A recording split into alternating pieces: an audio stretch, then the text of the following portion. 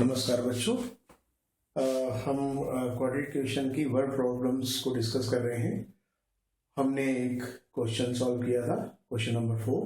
आज हम दो क्वेश्चंस को सॉल्व करके देखते हैं। बच्चों, मैंने ये आपसे कहा था कि आप खुद सॉल्व करेंगे। इक्वेशंस बनाने के लिए हम वीडियो में चर्चा करेंगे, लेकिन इक्वेशन मिलने के बाद आप इक्वेशन को सॉल्व खुद करेंगे। हमने क्वेश्चन नंबर 5 को पूरा सॉल्व किया है। क्वेश्चन नंबर 6 को हम उसके बाद देखेंगे। क्वाड्रेटिक इक्वेशन बना के आपको उसके लिए प्रैक्टिस करनी चाहिए, जिससे कि आप क्वाड्रेटिक इक्वेशन को खुद सॉल्व कर लें। बच्चों देखिए, यहाँ पर क्वेश्चन है, in a class test the sum of Shefali's marks in mathematics and English is 30. The sum of marks of two subjects, maths and English, is 30. Suppose in one subject she is getting 10. The other subject will have 20, so that the sum is 30. Had she got 2 marks more in mathematics and 3 marks less in English, the product of their marks would have been 210. Find her marks in the two subjects. बहुत simple है। सम जब दिया होता है तो अगर एक number हम सपोज कर लें तो दूसरा सम में से माइनस करेंगे तो दूसरा मिल जाएगा। मान लीजिए 2 नंबर से उनका सम 10 है, एक अगर हम 2 मान लें तो दूसरा 8 बचेगा। इसी तरह से अगर हम let the marks in mathematics be x, then marks in English will be equal to 30 minus x, क्योंकि सम 30 है तो जो हमने x माना है उसको माइनस कर देंगे, दूसरे सब्जेक्ट के मार्क्स कर देंगे। अकॉर्डिंग टू गिवन कंडीशन क्या है कि जो 2 मार्क्स अगर मैथ्स में ज्यादा होते, हमने x माना, 2 ज्यादा होते तो x प्लस 2 होता, तो इंग्लिश में जो हमारे पास 30 माइनस x है 3 नंबर कम आते, 3 marks would have been less. तो ये हमारा और उनका प्रोडक्ट, इन्होंने कहा है कि देयर प्रोडक्ट, तो हमारे ये मैथ्स के मार्क्स हैं जब 2 ज्यादा आएंगे, ये इंग्लिश के मार्क्स हैं जब 3 कम हो जाएंगे, इनका प्रोडक्ट ये होगा और इसकी वैल्यू हमें 210 दे रखी है। ये इक्वेशन अगर आपने बना लिया, समझ लिया, तो इसको सॉल्व करना आपको आसान लगेगा, क्योंकि हमने मार्क्स के हिसाब से इक्वेशन निकाल लिया। अब अगर हम इसको सॉल्व करें, देखिए हमने सॉल्यूशन दे रखा है x प्लस 2 ये है।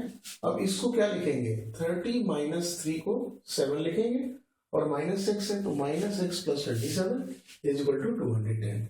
अब इन ब्रैकेट्स को खोलेंगे तो हमारा आएगा minus x square plus 27x minus 2x plus 54, 2 into 27 54। इसको इधर लेंगे हमने तो माइनस 210 इज इक्वल टू 0। अब फिर इसको थोड़ा सिंप्लीफाई करेंगे, माइनस एक्स स्क्वायर, इसकी वैल्यू कितनी हमें मिली, plus 25x minus 156 is equal to 0। इसका हमें जब डिफरेंस पता किया तो माइनस 53 ग्रेटर है तो माइनस 56। यहाँ पर अगर हमारा माइनस है तो हम पूरे माइनस से इंटू कर देंगे इक्वेशन, जिससे कि ये प्लस आ जाए, एक्स स्क्वायर वाला टर्म प्लस आ जाए, तो माइनस इंटू किया, ये साइन माइनस आ गया, ये साइन प्लस आ गया, ये हमारा क्वाड्रेटिक इक्वेशन बन गया। इसको हमें सॉल्व करना है। अगर फैक्टराइज हो कर सकते हैं, फैक्टर्स बन जाते हैं तो फैक्टराइज मेथड से करेंगे, नहीं तो फिर क्वाड्रेटिक फॉर्मूला। हमने 156 के फैक्टर्स किए तो फैक्टर्स आए 2 इंटू 2 इंटू 3 इंटू 13, 2 2 जा 4, 3 जा 12 और 13, 12 इंटू 13 156 है। अब हमें क्या देखना है, ये वाला साइन देखना है बच्चों, ये वाला, ये प्लस है तो प्लस करने से कितना आना चाहिए, माइनस 25। प्लस करने से कितना आना चाहिए,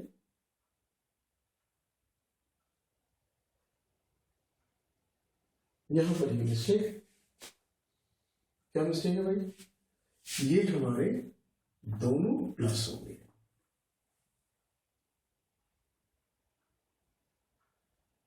ये हमारी मिस्टेक है।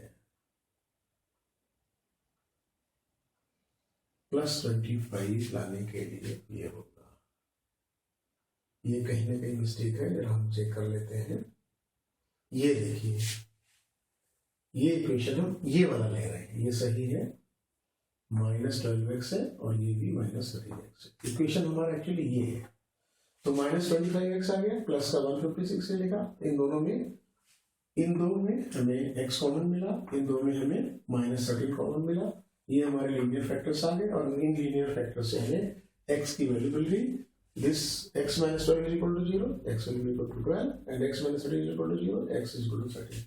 अब इसको हमारा आंसर आ गया अगर x की वैल्यू हम 12 मानते हैं, मार्क्स इन मैथ्स 12 होंगे तो इंग्लिश में 18 होंगे, और अगर 13 मानते हैं तो फिर इंग्लिश में 17 होंगे। दोनों ही आंसर्स सही हैं और कंडीशन सेटिस्फाई हो रही है।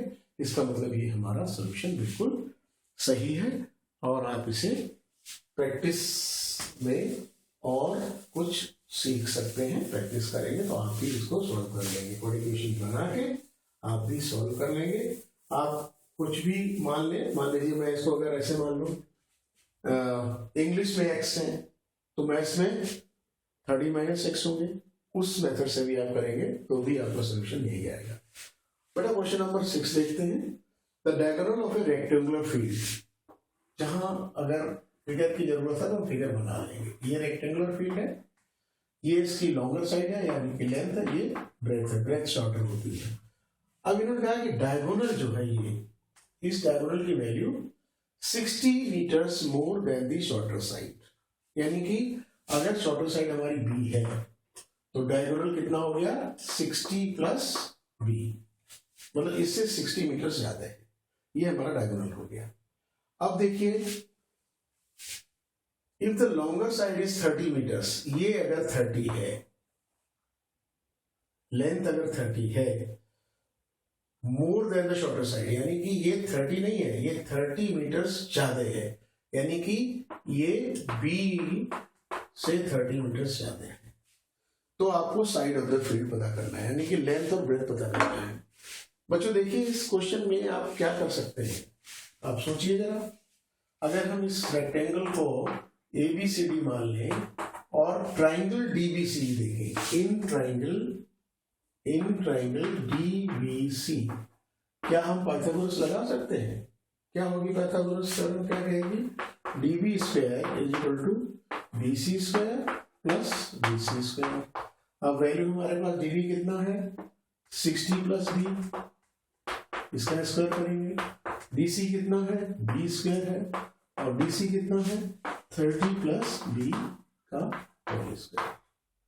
अब इसको देखिए कैसे करेंगे, इसको खोलेंगे A प्लस B के होल स्क्वायर से, तो A स्क्वायर ये 60 का स्क्वायर हो गया, प्लस B स्क्वायर होगा, प्लस 2AB, तो 60B into 2 120B is equal to क्या होगा B square plus 30 into 30 900 plus B square plus 60B। ये आपका इक्वेशन है। देखिए B स्क्वायर इधर भी ऐड किया हुआ, B स्क्वायर इधर भी ऐड किया हुआ, आप काट सकते हैं। अभी मैंने पिछले क्वेश्चन में देखा था, क्वेश्चन नंबर 4 में, कि अगर ये साइड इसके इक्वल है तो इस साइड के इक्वल इसको लिख सकते हैं, यानी हम लिख सकते हैं B square plus 900 plus 60B is equal to 3600 plus 120B। अब सारा इधर ले आएंगे तो क्या होगा B स्क्वायर प्लस 60B, इसको लाएंगे minus 120B is equal to, या इसको भी इधर ले आते हैं, plus 900 minus 3600 is equal to 0। अब इसको सॉल्व करेंगे, B स्क्वायर माइनस 60B, और इसको क्या लिखेंगे 3600 में से 900 माइनस करेंगे, आप माइनस कर सकते हैं 0 0 और 2700 माइनस के 2700 इज इक्वल टू 0।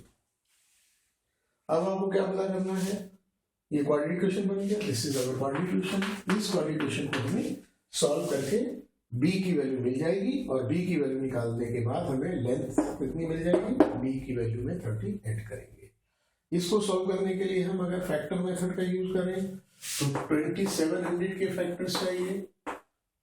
अगर 2 से करें तो क्या होगा 1, फिर कितना आएगा 3 5 0, फिर 2 से करेंगे 2 6 जा 2 7 जा 2 5 जा, फिर 3 से करें 3 2 जा 3 2 जा 3 5 जा, फिर 3 से करें 3 7 जा 3 5 जा, फिर 3 से करें 25, फिर 5 इंटू 5। अब देखिए हमें क्या है डिफरेंस चाहिए, यहाँ माइनस है, इसका डिफरेंस कितना चाहिए 60।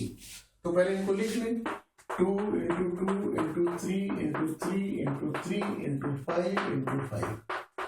डिफरेंस हमें 60 चाहिए। अब देखिए जरा, 5 3 जा 15, 2 जा 30, 2 जा 60।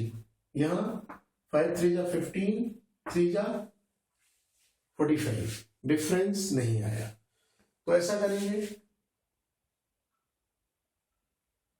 3 3 3 9, 5 जा 45, 5 2 जा 10, 2 जा 30, फिर भी नहीं है, वही आ गया। तो 9 2 जा 18, 2 जा 36 करेंगे, ये आया 3 3 जा 9, 2 जा 18, 2 जा 36, और ये आया 75। तो भी 60 नहीं आ रहा है, कोई बात नहीं।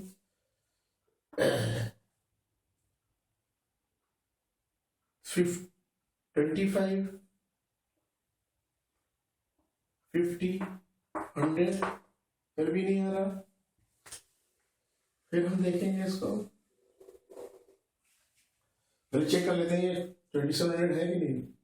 2 2 जा 4, 3 जा 12, 36 इंटू 75, 30 30 और 18 2 25, ये है। तो हमें फिर डिफरेंस कितना लाना है, 60 लाना है। डिफरेंस हमें 60 लाना है, डिफरेंस हमें 60 लाना है। तो ये ले लेते हैं 15 3 जा 45, 2 जा 90, ये ले लिया, ये ले लिया, ये लिया और 45 ये लिया। अब कितना बचा, 5 3 जा 15, 2 जा 30, यानी कि ये आया, ये 2700 है। और हमें डिफरेंस चाहिए, माइनस का 60 चाहिए, तो -90 + 30 = -60। ये हमारे फैक्टर्स हो गए। अब इन फैक्टर्स को मैं लिख देंगे, b² था तो b² -90b + 30b -2700 = 0। इन दो में कॉमन क्या है, b, तो b -90, यहाँ पर 30 कॉमन लेंगे, क्या आएगा, b -90 = 0। दो फैक्टर्स में क्या मिले, b -90 एंड b + 30। अब देखिए जरा, इससे वैल्यू हमें क्या मिलेगी, नेगेटिव मिलेगी, तो ये वाली वैल्यू हम लेंगे, क्योंकि लेंथ नेगेटिव नहीं हो सकती, यानी कि b 30 है, यानी कि ब्रेथ इज 30, ब्रेथ इज 30 नहीं 90 metres and length will be, length क्या होगी बेटा, 30 + 90, ये होगा 190 मीटर। ये आपका आंसर है। 2 क्वेश्चन हमने सॉल्व किए। अगले वीडियो में हम आगे के क्वेश्चन सॉल्व करेंगे, तब तक इसको आप रिवाइज करिए। धन्यवाद।